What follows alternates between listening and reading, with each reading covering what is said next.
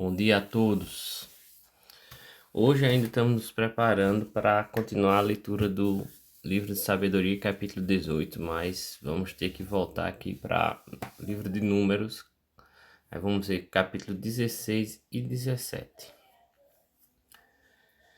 O título dessa sessão chama-se Revolta de Coré, Datã e Abiatã.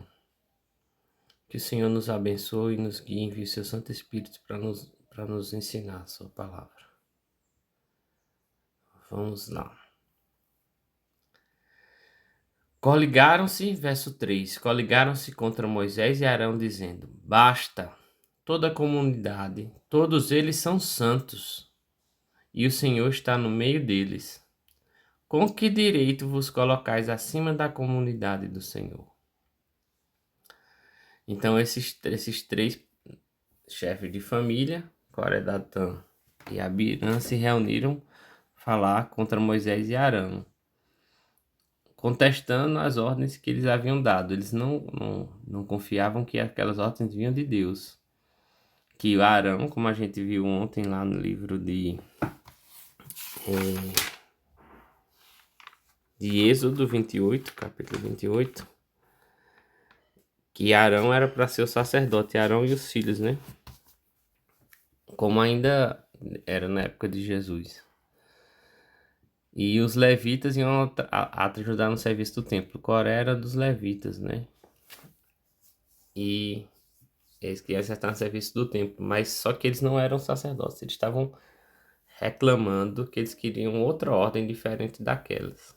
Não aceitaram aquelas ordens que Deus havia dado. Estavam dizendo que Moisés e Arão é que queriam mandar no povo. Moisés disse a Coré: Escuta, filho de Levi.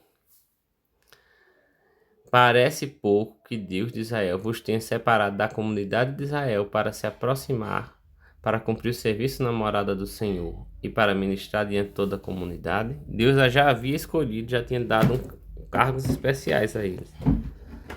Só não eram sacerdotes, mas iam trabalhar no serviço do templo, já eram separados, o povo de Levi já estava separado. E Coré também, né, a família de Coré também. Mas eles queriam mais, queriam ser sacerdotes.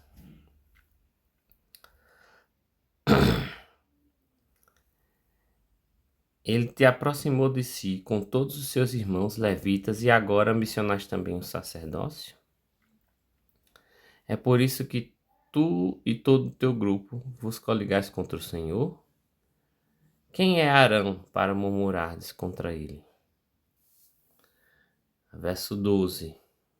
Moisés mandou chamar Datã e Abirã, filhos de Eliabe, mas eles responderam: Não iremos. Já se rebelando contra as ordens de Moisés, não reconheciam que Moisés havia sido enviado por Deus.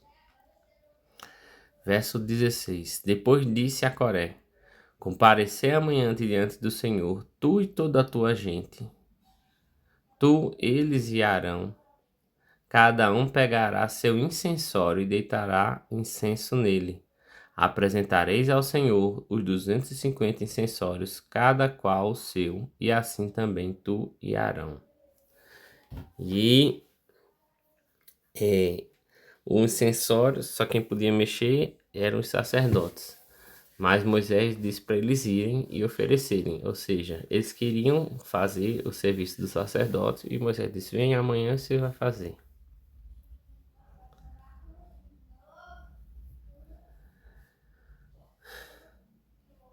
O Senhor, verso 20, o Senhor falou a Moisés e Arão: Afastai-vos do meio desse grupo, pois num momento vou acabar com eles.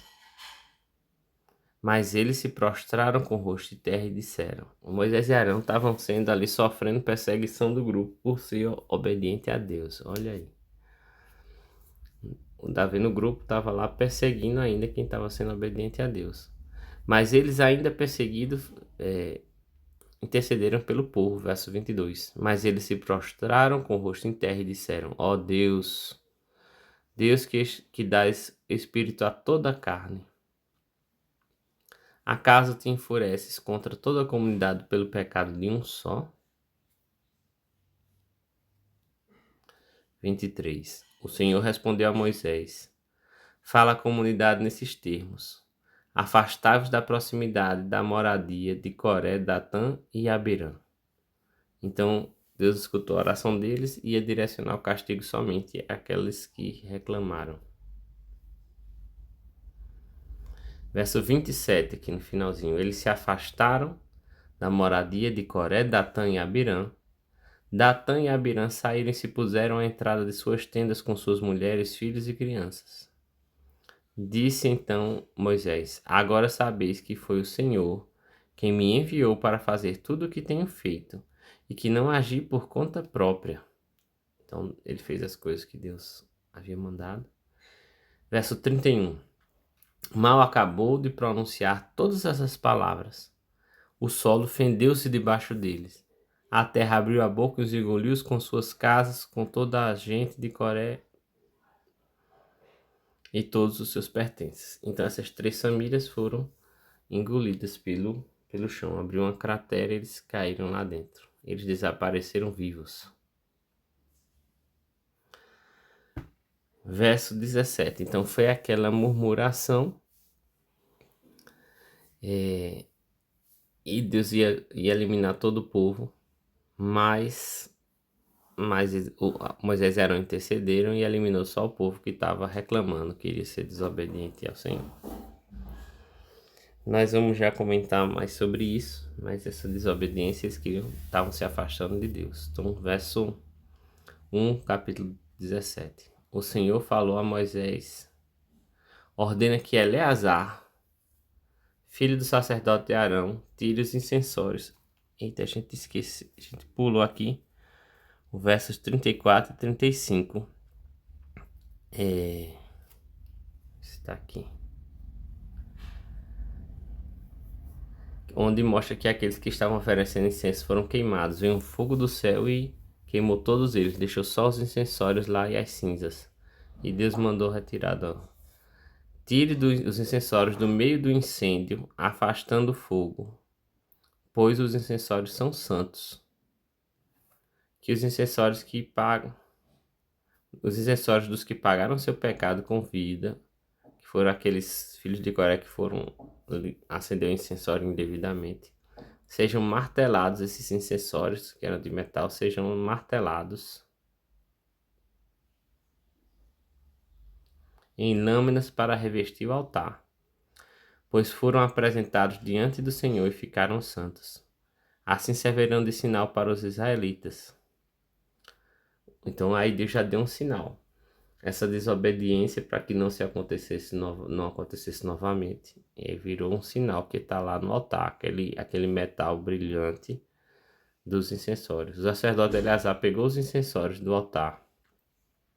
Deviam lembrar os israelitas que nenhum estranho à descendência de Abraão deve se aproximar para queimar incenso diante do Senhor, para que não lhe aconteça como a Coré e sua gente, conforme o Senhor lhe tinha dito mediante Moisés.